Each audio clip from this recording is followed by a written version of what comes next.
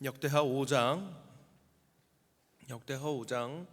11절부터 14절까지 말씀입니다. 역대하 5장 11절부터 14절까지 말씀입니다. 우리 다 한 목소리로 합독하겠습니다. 역대하 5장 11절부터 14절까지 말씀을 합독합니다.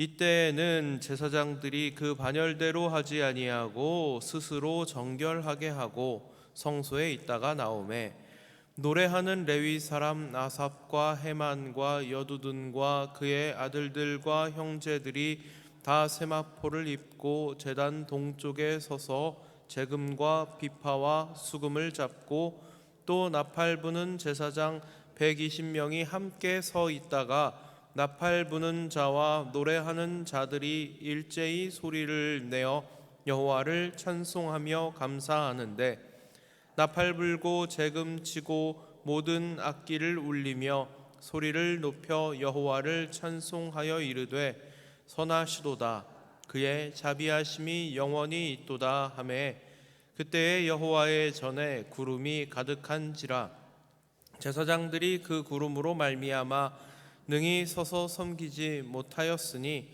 이는 여호와의 영광이 하나님의 전에 가득함이었더라. 아멘.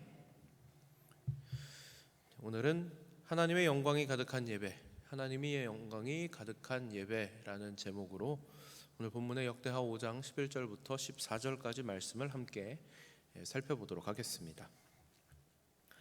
우리는 예배를 통해서 하나님의 임재를 사모합니다.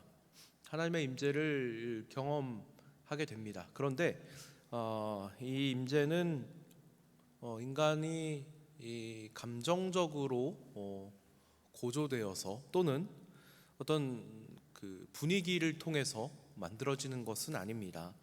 하나님께서 친히 그 백성들 가운데 나타내실 때에 비로소 경험할 수 있는 것입니다. 역대하 5장에서는 이제 솔로몬이 성전을 지어서 그 성전 공사가 끝나고 언약궤를 지성소에 모시고 그리고 하나님 앞에 예배하는 장면이 나옵니다. 그리고 오늘 본문에서 우리가 살펴본 것과 같이 아주 놀라운 장면이 나타나는데요. 하나님의 영광이 성전에 가득 차고 제사장들이 감히 그 안에 설 수 없을 정도인 것입니다. 오늘 저희는 이 말씀을 통해서 하나님께서 임재하시는 예배가 어떤 모습인지에 대해 같이 생각을 해보고자 하는 것이죠. 원래 제사장들은 일정한 반열이 있습니다. 순서가 있고요. 그리고 이것이 하나님께서 정하신 질서였습니다. 그런데 그것보다 더 먼저 우선되는 것은 뭐냐면 오늘 11절에 보니까 스스로 정결하게 하였다라고 하는 점입니다. 하나님 앞에 나아가는 사람은 외적인 자격뿐만 아니라 내적인 준비가 되어 있어야 하는 것이죠. 여기서 정결이라고 하는 것은 우리가 하나님 앞에 구별된 존재로 서 있는가 하는 문제를 말하고 있는 것입니다. 하나님의 임재는 아무 태도로나 감당할 수 있는 것이 아닙니다. 레위기 10장에 보면 나답과 아비후 사건이 있는데요. 나답과 아비후는 하나님께서 정하시지 않은 방법으로 하나님 앞에 나아갔다가 죽임을 당하게 됩니다. 하나님께서는 거룩하신 분이시고 그 거룩하신 하나님 앞에 서기 위해서는 정결함이 요구되는 것이죠. 그러니까 신분의 문제뿐만 아닙니다. 겉으로 드러나는 모습이 중요한 것이 아니라 내적으로 우리가 정말 잘 준비가 되어 있는가 하는 이 문제야말로 하나님 앞에 서게 될 때 정말 중요한 문제다라고 하는 것입니다. 이러한 관점에서 오늘날 우리의 예배를 한번 돌아보기 원합니다. 우리의 겉모습은 그리스도인이라고 하는 이름을 가지고 있지만 우리의 몸은 예배당에 나와 있지만 우리의 속은, 우리의 속사람은, 우리의 생각은 과연 예배자의 모습으로 서기에 합당한 것인가? 이 부분을 고민해 봐야 할 것입니다. 혹시 우리의 마음이 다른 일들로, 세상의 것들로 가득 차 있지는 않은지, 우리의 드러나지 않는 삶이 그리스도인다운 모습을 갖지 못하고 있는 것은 아닌지, 우리는 예배 전에 우리의 삶을 돌아보고 회개하고 준비하는 시간을 가져야 할 것입니다. 성령께서 가르쳐 주시고 깨우쳐 주시는 대로 우리 자신을 먼저 점검하고 겸손히 하나님 앞에 나아가는 그러한 태도가 바로 하나님의 임재를 경험하는, 하나님의 영광을 목격하는 그런 예배의 자리로 나아가는 태도가 될 것입니다. 이어서 보니까 제사장들과 레위인들이 각자의 역할을 따라서 하나님을 찬양하는 모습을 보게 됩니다. 여기에는 나팔 부는 자, 찬양하는 자, 그리고 악기를 다루는 자들이 모두 함께 일제히 하나가 되어서 하나님을 찬양하는 모습을 보게 됩니다. 그리고 그 찬양의, 그 찬송의 핵심은 선하시도다 그의 인자하심이 영원하다 하는 것이에요. 바로 하나님은 어떠한 분이신가 하는 문제입니다. 하나님의 성품을 노래합니다. 이러한 고백은 시편 가운데에서도 반복되이 고백되고 있고요, 이스라엘의 전통 예배 속에 반복되어 노래되던 그러한 고백입니다. 여기서 우리는 또 한 가지를 확인할 수 있습니다. 하나님은 진실한 찬양, 그러니까 하나님 자신의 성품과 그리고 또 구원의 은혜를 고백하는 찬양 가운데 임재하신다라고 하는 것이죠. 제가 20대 때는 그런 것들이 많았습니다. 이런 청소년, 청년 집회 같은 데를 많이 가서 이렇게 경험하게 되는데요.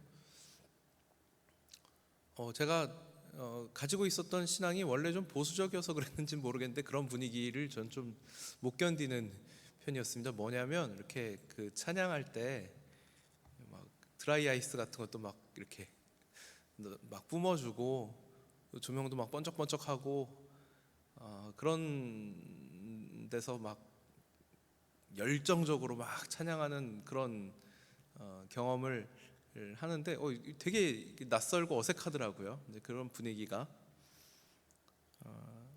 요새도 물론 그런 집회들이 있습니다. 그리고 그런 집회를 주최하시는 분들의 그런 그 이유, 말씀 이런 것들을 들어보면 그래요. 그러니까 그런 걸 통해서 마음을 열 수 있다면 충분히 사용할 수 있는 거 아니냐. 근데 저는 아직까지도, 제가 너무 보수적인지 모르겠습니다만, 마음을 여는 일은 조명이나 분위기로 하는 것이 아니라 성령께서 우리 마음에 역사하셔야 하는 일이 아닌가, 그렇게 저는 생각을 하거든요. 제가 배운 신앙은 그렇게 배워왔는데, 감정적이거나 형식적인 어떤 모습을 통해서 하나님의 임재를 경험하는 것은 아닙니다. 물론 우리의 이 잘못된, 왜곡된 신앙이 그런 느낌을 가질 수 있어요. 뭔가 했다, 찬양했다, 기도했다, 이런 감정을 갖게 할 수 있습니다. 그러니까 저는 열정적인 찬양을 하지 말자가 아니라 그 찬양을 하고 나서 그런 감정을 갖는 것은 좀 조심해야 되는 부분이 아닌가, 이런 생각을 갖는 것입니다. 우리가 고백하는 그 찬양 고백의 가사 안에 하나님의 성품이 담겨 있고 그분의 행하신 일에 대한 고백이 담겨 있어야 의미가 있는 것이죠. 근데 요새 그런, 특히 우리 젊은 세대들이 즐겨 부르는 찬양들 이렇게 곰곰이 가사를 되뇌어 보면 이거 예배를 위해서, 하나님을 경배하기 위해서 만든 건지, 아니면 어떤 나의 감정을 위로하기 위해서 만든 건지 고민되는 그런 곡들도 꽤나 많이 있습니다. 분명한 것은 감정의 고조로 하나님의 임재를 경험할 수 있는 것은 아닙니다.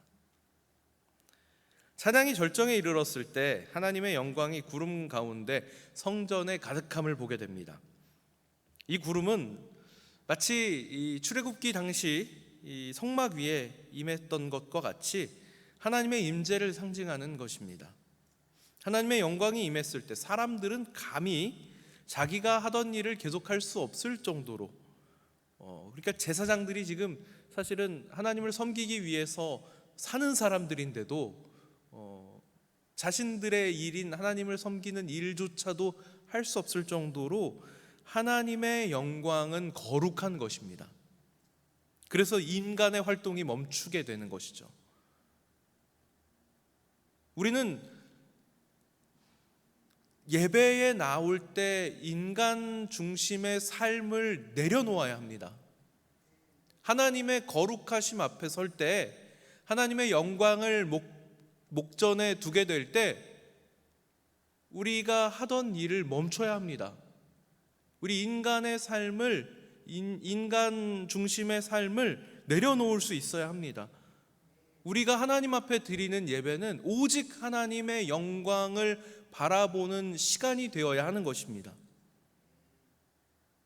오늘날 예배는 우리의 필요를 채우는 시간으로 자꾸 변질되려 하고 있습니다. 우리가 하나님 앞에 나와서 그분을 향하여 예배할 때 우리는 예배 받으시기에 합당하신 하나님을 경배하는 시간으로 그 시간을 최선을 다하여서 하나님 앞에 올려드려야 합니다.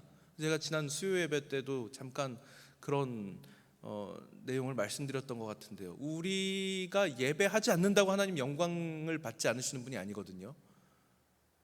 하나님은 존재 자체만으로도 영광스러우신 분이거든요. 오히려 그 예배를 할 수 있음에 감사해야 합니다. 내 예배와 상관없이도 영광스러우신 하나님이 내 예배를 받으시다니 감사해야죠. 우리가 무언가를 얻으려고 그 시간을 드리는 것이 아니라 하나님은 우리 가운데 임하셔서 하나님의 거룩하심을 드러내고 계시는 것입니다. 영광스러우신 분이 이 자리에 함께 하시기 때문에, 존재 자체만으로도 충만하신 분이시기 때문에 자연스럽게 드러나는 것이죠. 오늘 솔로몬 성전에 임하였던 하나님의 이 영광의 이야기는 오늘날 우리에게도 동일하게 임재하고 계시는 하나님을 나타내고 있습니다. 예수 그리스도께서 육신을 입고 오신 사건은 말씀이 육신이 되어 우리 가운데 거하심에 우리가 그의 영광을 보니, 이렇게 고백을 합니다. 요한복음 1장에 이러한 고백을 하고 있습니다. 이 말씀을 한번 잘 묵상해 보세요. 하나님께서 육신을 입고 우리 가운데 오셔서 우리가 그의 영광을 본다. 하나님의 임재가, 하나님의 영광이 드러나서 우리가 그 영광을 목격하는 것입니다. 바로 예수 그리스도께서 구약시대에 이 성전에 임하셨던 하나님의 임재를 동일하게 보여주고 계시죠. 우리는 그리스도 안에서 이 성전이라고 하는 것은 더 이상 건물이 아닌 것입니다. 바로 우리 성도 각자가 성전이고, 우리 이 성도들이 모인 곳이 바로 교회인 것이죠. 그리고 이 교회 안에서 하나님은 지금도 영광스러움을 드러내고 계십니다. 그러나 그 영광을 경험하는 일은 단순하지 않죠. 그 길은 나 중심에서 하나님 중심으로, 우리의 겉모습뿐만 아니라 우리의 속 사람도 정결하게 준비되어서 하나님 앞에 나아와야 하는 것이고요. 개인적인 감정이 아니라 공동체가 함께 고백하는 하나님의 성품과 하나님의 행하신 일에 대한 찬양이 있을 때 우리는 예배를 통해 하나님의 임재를 경험하게 되는 것입니다. 예배는 종교적 루틴으로 이루어지는 행위가 아닙니다. 제가 이 부분에 대해서 청소년 시절에 꽤 깊은 고민이 있었습니다. 순서가 있거든요. 예배에는 순서가 있습니다. 그래서 매주 그 순서가 반복되는 것에 대해서 어느 날 문득 그런 생각이 드는 거예요. 이거 그냥 형식이 아닌가 하는 생각이 들었던 것입니다. 혹시 같은 고민을 하고 계시는 분들이 계실지 모르겠습니다. 반복되는 이 순서들이 그저 형식으로 느껴지는 것이 아닐까? 꽤 오랜 기간 동안 고민했던 것 같습니다. 제 신앙이 늘 충만하고 늘 깊지 못했기 때문에 그 문제가 저를 힘들게 해서 예배에 집중하지 못하는 일도 있었습니다. 시간이 지나고 나서 보니까 그것은 형식이 아닙니다. 매 순간 갱신되는 하나님 앞에 드리는 고백의 시간이고, 매 순간 갱신되는 하나님의 영광을 경험하는 은혜의 시간이었습니다. 종교적 루틴이 아니라 하나님의 임재를 대면하는, 하나님의 영광을 목격하는 그러한 자리가 되어야 합니다. 예배를 위로받으려고 나오시면 안 됩니다. 물론 하나님을 만나면 위로가 되죠. 그러나 그것이 목적이 되어서는 안 됩니다. 나는 멈추고 하나님이 드러나는 자리가 되어야 합니다. 오늘 본문은 한편의 역사적 사건을 넘어서 오늘날을 살아가는 우리에게도 중요한 도전을 던지고 있습니다. 물론 우리는 성령께서 우리와 함께 하심으로 하나님의 이 영광의 길에 동참한 자들이 되었습니다만, 여러분, 예배의 자리로 나아오실 때 하나님의 임재를 의식하며 살고 계시는지 돌아보시기 바랍니다. 예배의 자리에 나와 하나님 앞에 예배하기 전에 스스로를 정결하게 하고 있는지, 겉모습을 예쁘게 치장하고 예배드릴 준비했다고 하는 것이 아니라, 물론 여러분 보기에도 좋아야 합니다. 그죠? 잘 준비하여서 최선의 모습으로 하나님 앞에 나오는 것은 중요합니다만, 그만큼 중요한 것이, 아니면 그보다 더 중요한 것이 우리의 속사람이 정말 하나님을 예배할 준비가 되어 있는가 하는 것이죠. 우리가 고백하는 이 예배 시간의 이 찬양이 하나님의 성품을 드러내고 그분이 행하신 일에 대한 감사의 고백이 되고 있다면, 그 찬양에, 그 고백에 내 마음이 온전하게 담겨 있는가, 우리 공동체가 함께 고백하는 이 찬양과 이 예배의 시간이 온전히 나의 고백이 되고 있는가, 예배 중에 하나님의 영광을 사모하며 하나님 중심이 되어서 예배하고 있는가. 여러분, 이러한 점검이 우리 안에 있을 때, 우리가 매주 정해진 시간 하나님 앞에 나와서 드리는 예배가 단지 형식의 방법이 아니라 하나님께서 당신의 언약 백성과 함께 그 언약을 갱신하시고 하나님의 거룩하심을 드러내시고 하나님의 영광 가운데 우리를 품으셔서 오늘을 살게 하는 힘을 주시는 은혜의 시간이 되는 줄 믿습니다. 하나님은 오늘도 우리의 찬송 가운데 임하십니다. 우리의 예배 가운데, 우리의 삶 가운데 하나님의 영광이 가득하여서 여러분 그 안에서 하나님이 주시는 선하신 것들을 누리며 살아가시기를 주님의 이름으로 축복합니다. 기도하겠습니다. 은혜가 풍성하신 하나님 아버지, 이스라엘의 찬송 가운데 임하셔서 그 영광을 드러내시고 거룩하신 하나님을 바라보게 하시니 감사를 드립니다. 하나님, 오늘 이 순간을 살아가는 저희들에게도 동일한 은혜가 있음에 또한 감사합니다. 저희는 하나님의 임재를 대면하는 영광의 자리를 사모하며 예배의 자리로 나아옵니다. 이 자리에 나올 때에 우리 스스로를 돌아볼 수 있는 은혜를 허락하여 주시옵소서. 하나님께서 인치시고 거룩하게 하신 주의 백성들이 하나님을 예배하기에 합당하게 스스로를 돌아보고 정결하게 하고 하나님 앞에 나와 하나님의 행하심과 하나님의 성품을 찬양하는 복된 자리 가운데 서서 하나님의 영광을 경험하고 그 영광 가운데 함께 동행하는 저희들 될 수 있도록 은혜를 베풀어 주시옵소서. 이 새벽 시간을 저희들에게 허락하시고 하나님 앞에 부르실 때에 빈손으로 나오지 않게 하시고 구별하고 준비하여 하나님 앞에 드리게 하신 손길들이 있습니다. 하나님 받아주시고 드린 모든 손길 가운데 하나님 은혜 베풀어 주실 때에 겸손히 하나님과 동행하는 삶이 가장 복된 삶임을 기억하고 실천하며 그 은혜를 경험하는 삶들이 될 수 있도록 인도하여 주시옵소서. 오늘 하루도 주님 말씀을 붙들고 믿음 안에 거하며 승리하는 하루를 살게 하여 주시고, 하나님 저희들 각자의 삶의 현장에서 하나님의 영광을 경험하며 드러내는 삶의 예배자들 될 수 있도록 인도하여 주시옵소서. 감사드리며 우리 구주 예수 그리스도 이름으로 기도드리옵나이다. 아멘.